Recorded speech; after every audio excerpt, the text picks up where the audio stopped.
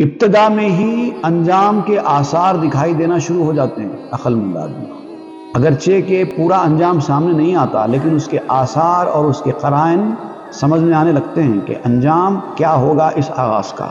وہ چیز جو بے وقوف آدمی آخر میں جانے کے بعد دیکھتا ہے وہ عقل مند آدمی پہلے سے اس کا اندازہ لگا لیتا ہے۔